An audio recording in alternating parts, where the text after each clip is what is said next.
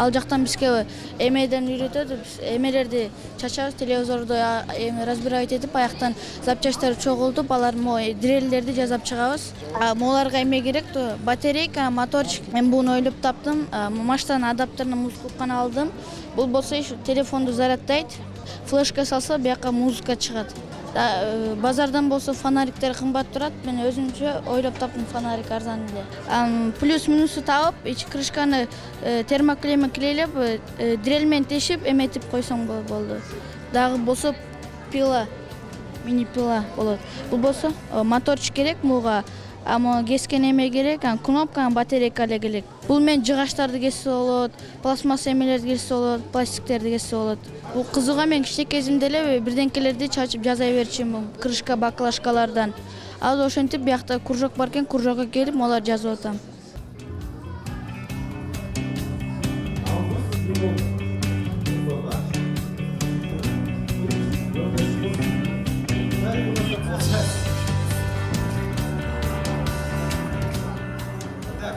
Алтын түйүн зданиясына катышканыма 2 ай болду. Мен өзүм жаш кезинен эле ушуга кызыккан болчумун. Ушинтип ушуларды колумдан келип ушул жасагандар. Термоклей менен моторду жабыштырып, батарейкага иштебеген батарейканын могул жерин алып, жабыштырып, буга проводду кошком. Монтип ушундай жүрөт. Бул идея бул неме интернеттен карагам ушундайларды. Мындай бир байкап көрсөм, мындай оңой эле болду мага. Ошентип эле булардан резинага ушулардан кошуп жасадым.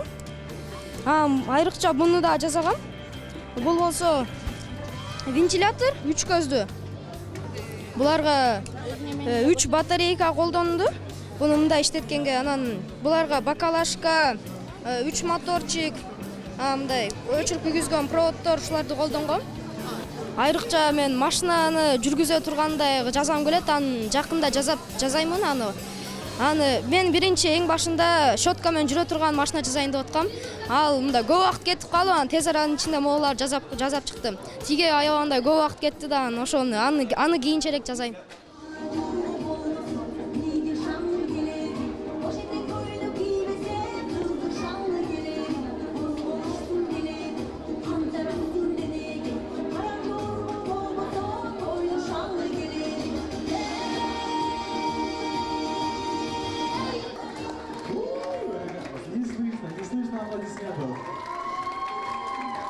Эмне себептен мен роботту баштап калдым, бул өз инженерияга кызыккан немем бар.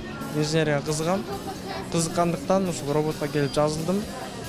Алдым эсе бул робот жөнүндө айта кетсем, бул робот бул өзүнүн компаниясы бар, Bioloid деген.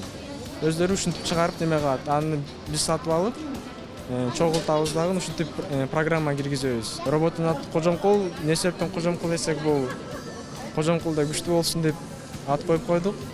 Китепке карап программирование киргизебиз. Кыймыл аракеттерди. Кандай неме? Мисалы үчүн кааласак, кара жорго киргизе билебиз. Дагы ар кандай кыймыл аракет киргизсе болот да. Өзүнүн командасын киргизгенбиз. Мисалы үчүн моуну бассак, алдына басат, оңго бурулчусу бар. Машина деле 2 команданы баса койсок, өзү менен саламдашат.